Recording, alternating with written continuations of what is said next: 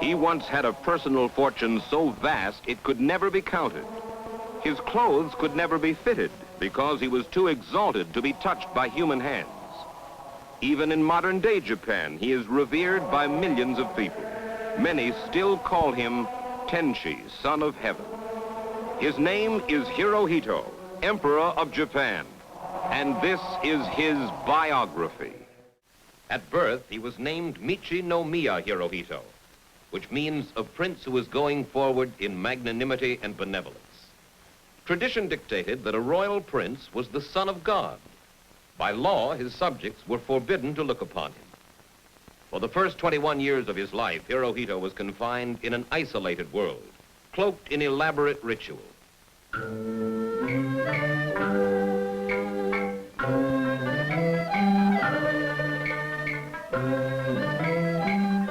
For thousands of years, Japan has been the sealed and secret empire. In the 1920s, the nation has opened her doors to the world, but ancient traditions remain unchanged. Ritual sports, refined by their ancestors, still fascinate the people. Japan is bound to the past. For millions, life remains the same as it had been during the feudal ages.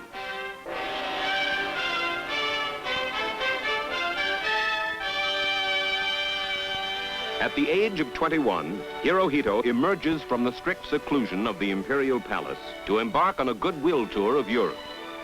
He is the first member of the royal family ever to leave the sacred soil of Japan. In his tour of England with the Prince of Wales, Hirohito is entranced with Western life, Western customs. He is deeply impressed by the British tradition of constitutional monarchy. Accustomed to rigid court protocol, the informality of Europeans he meets surprises and delights him.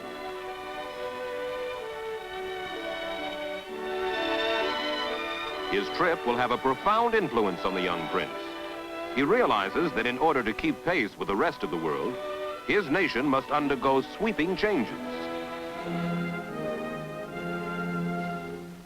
The prince returns to Japan, determined to model his reign as emperor along more democratic lines.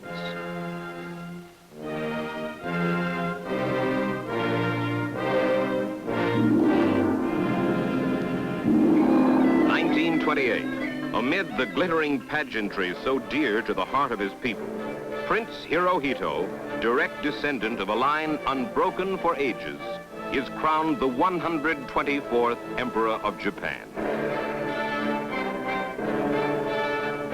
Now, by imperial edict, he must assume the status of the god who walks among men. His subjects believe that to look upon him is to be blinded. To touch him means death. Hirohito is Japan. Hirohito is intent on creating a more liberal way of life for the people of Japan. He wants to rule a nation at peace with the world. For many years, however, Japanese militarists have fanatically opposed any ideas of liberalism, of peaceful coexistence with other nations of the world. The warlords, deeply entrenched in Japan's political life, have made long-range plans for Japanese expansion by conquest.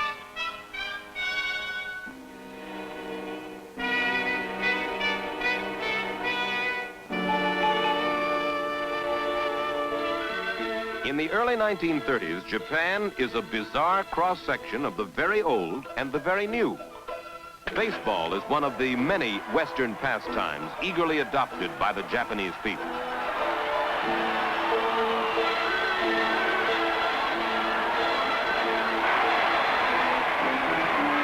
The arrival of Babe Ruth generates as much excitement as a New Year's Day celebration.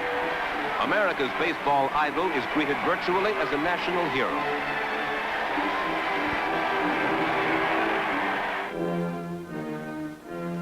For Emperor Hirohito, however, there are only the monotonous formalities enforced by his role as the living god.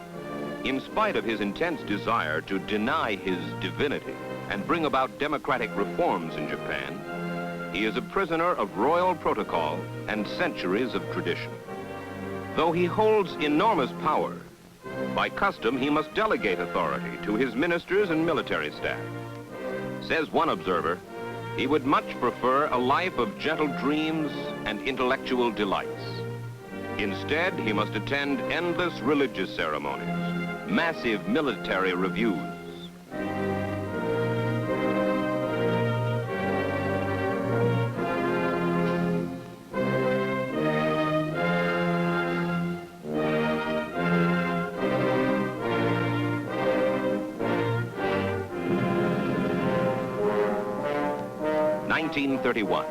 In a test of strength, the military leaders seized the Chinese province of Manchuria. Hirohito protests to his ministers that the action was taken without his knowledge, but he is somewhat placated by their promises that this will never happen again. The army, however, makes no effort to leave Manchuria, boldly claiming it is strategically necessary to stay. 1934. After 10 years of marriage, there is still no male heir to Hirohito's throne. When it is announced that the Empress is expecting a child, the entire nation prays for the proper omens, which will ensure the birth of a boy.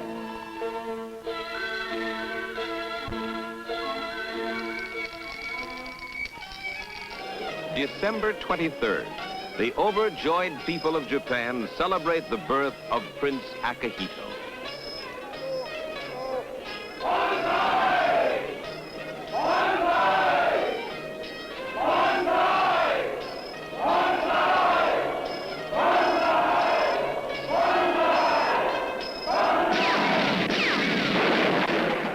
(1937). On the pretext of settling a border incident, the Japanese army launches an all-out invasion of China. Hirohito attempts to order a halt to the war, but his advisors convince him the fighting is not an aggressive action. Says Prime Minister Konoye, the government has no other purpose than to preserve peace in East Asia.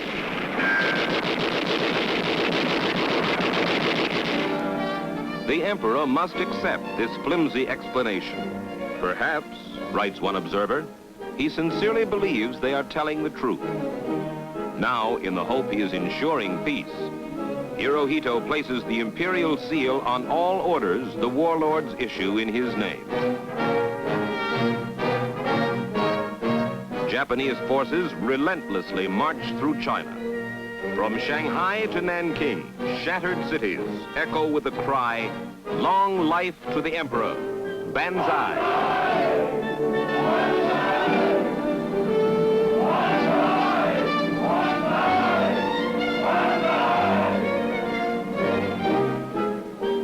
Emperor Hirohito is the idol, the divine incentive of Japan's soldiers. They worship him with a blind devotion. Many will claim to find white hairs from his horse in the pockets of their uniforms as they go forth to battle. The Japanese soldier is indoctrinated with the belief that his emperor is the rightful ruler of the entire world, that war is a holy crusade.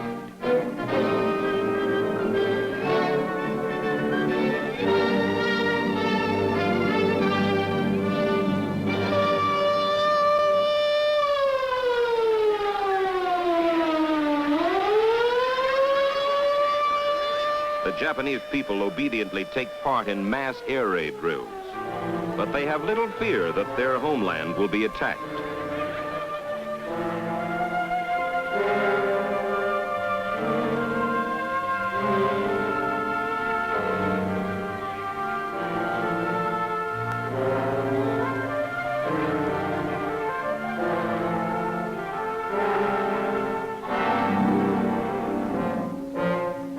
In 1941, a cabinet crisis develops when the United States places an embargo on the shipment of war materials to Japan.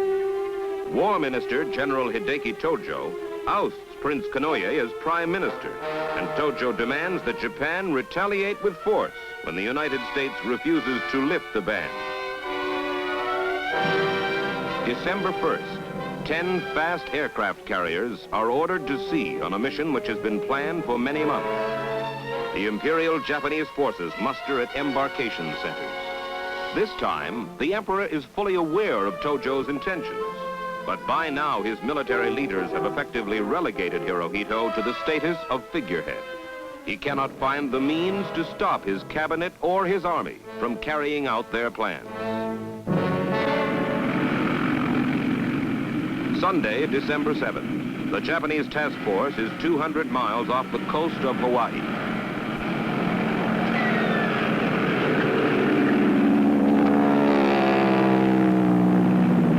Within hours, Emperor Hirohito and the Japanese people will be informed that the Imperial Air Force has attacked Pearl Harbor, that their nation has been thrust into global war.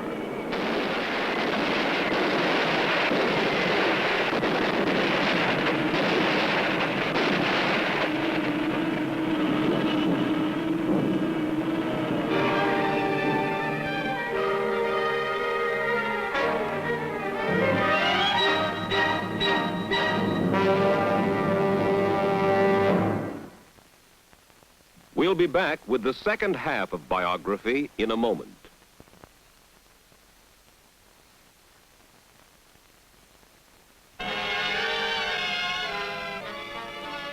Throughout 1942, Japanese forces gained far-flung victories in the Pacific. They take Guam and Wake Island. They penetrate deeper and deeper into China and Burma.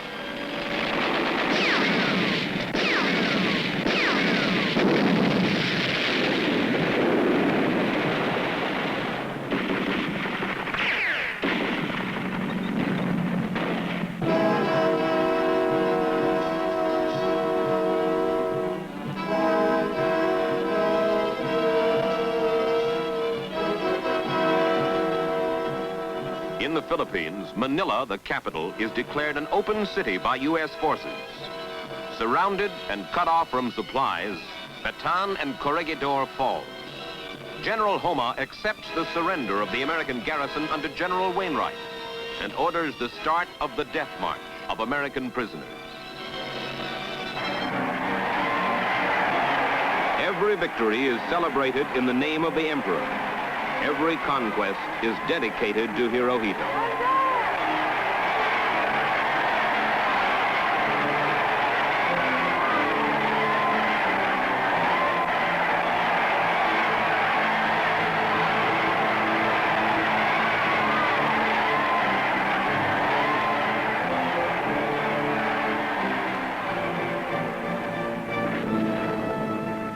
In 1943, however, the tide of battle slowly turns. The Allies begin to regain the islands of the Pacific. They move inexorably toward the homeland of Japan.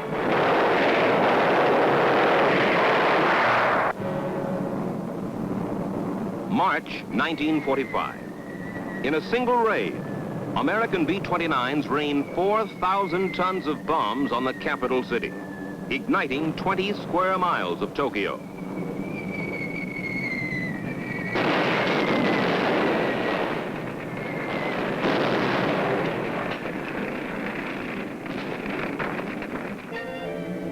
The Japanese militarists take desperate action to head off an expected invasion of the homeland. They call upon the divine wind, which once drove off the ships of Kublai Khan. The divine wind, the kamikaze. Japanese pilots will destroy themselves and their planes in suicide attacks on Allied ships.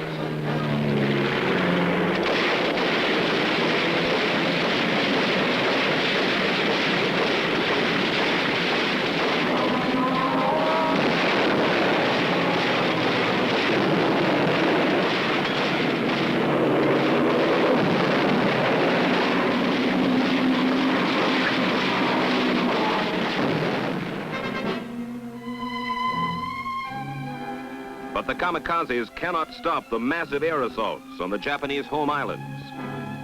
Hirohito realizes the war is lost. With the backing of his new Prime Minister, Admiral Suzuki, long an advocate of peace, the Emperor seeks a way through diplomatic channels to bring an honorable end to the conflict. But his efforts come too late. August 6, 1945, Hiroshima. President Truman tells the world, it is an atomic bomb. The force from which the sun draws its power, he says, has been loosed against those who brought war to the Far East.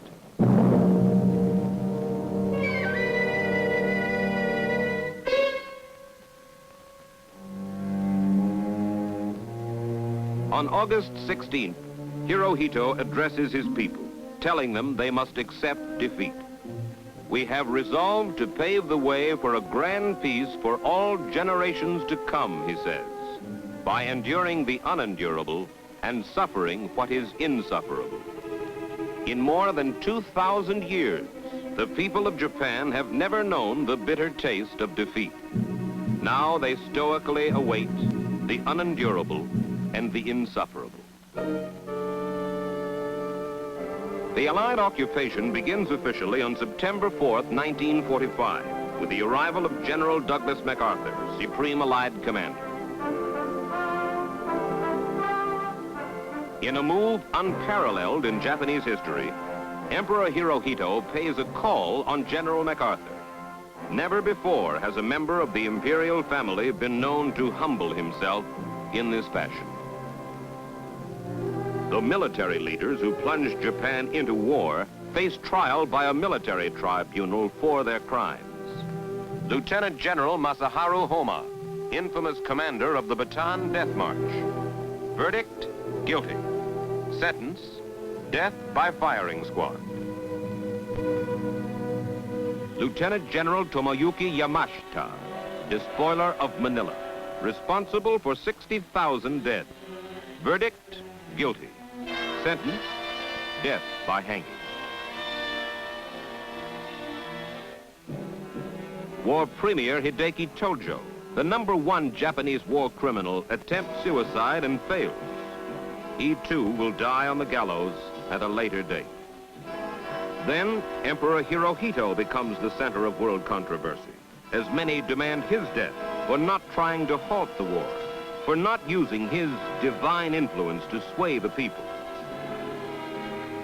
The Allied powers decide, however, that now his influence can be properly used in the cause of peace. The Emperor Hirohito appears before the Diet, Japan's parliament, to make a momentous declaration to his 80 million subjects.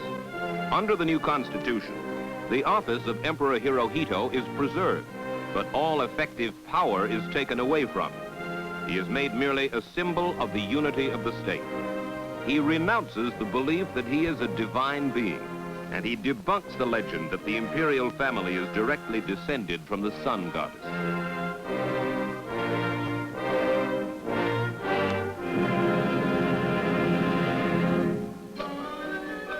The Emperor of Japan comes from behind the imperial chrysanthemum curtain to walk among his people, not in a military uniform, not as a god, but in civilian clothes as a human being. The people are now told that they may look upon their emperor without fear of being blinded. They may touch him without fear of death. Now he can begin to fulfill the role as emperor he had conceived for himself 25 years before.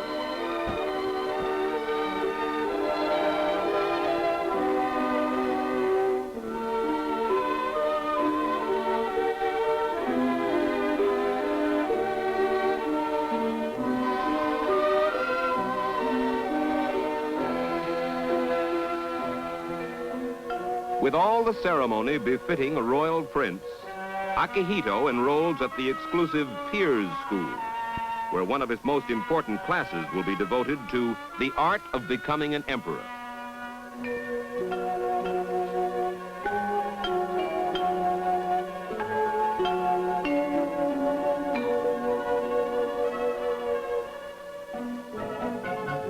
Tremendous social, economic, and political changes engulf the people of Japan. For the first time in the history of the nation, Japanese women are granted the right to vote.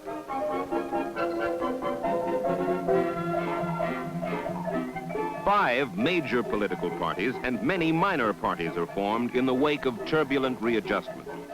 After years of passive submission to a military dictatorship, the new atmosphere of political freedom generates both excitement and confusion.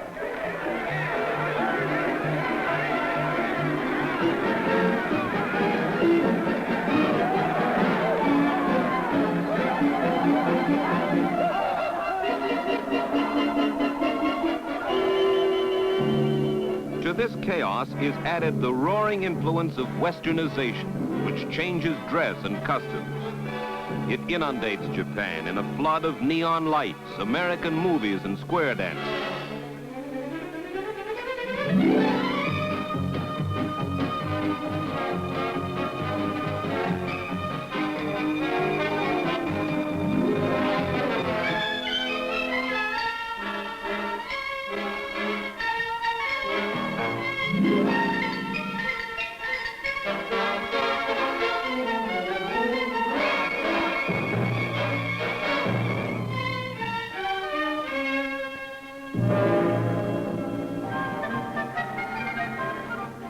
No longer restricted by ceremonial duties, the emperor enjoys a new freedom of movement. The rigid formality that once marked his public appearance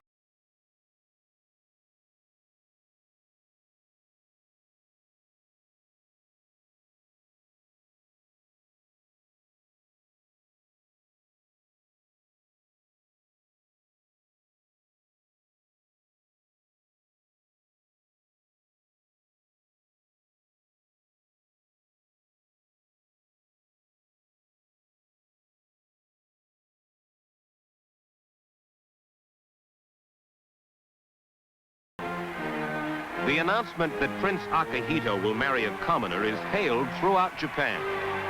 Years ago, Hirohito had defied tradition by marrying Princess Nagako, the woman he loved, rather than a bride selected for him. Now, like his father, Akihito also breaks with ancient custom.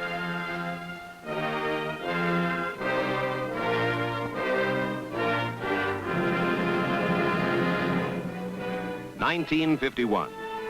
By the terms of the Allied Peace Treaty, Japan is restored to her full sovereignty and independence.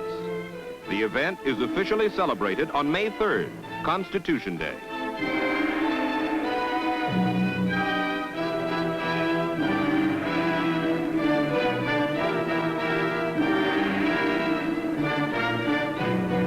As a constitutional monarch, Emperor Hirohito has now become the symbol of peace and stability for the new Japan. Although his people have lost a god, they are deeply devoted to the man.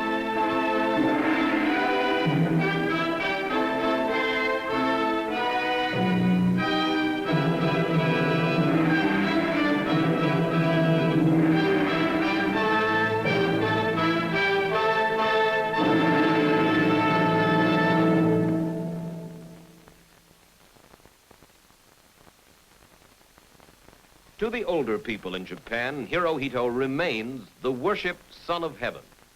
To the new generation, he is a man to whom they look for guidance, with affection and respect. To all the people of Japan, however, the Emperor Hirohito will always represent an age-old and firmly rooted psychological need. General MacArthur took away many traditions and gave us Western rules, a Japanese educator explains. But he left us our father. Every child must have a father.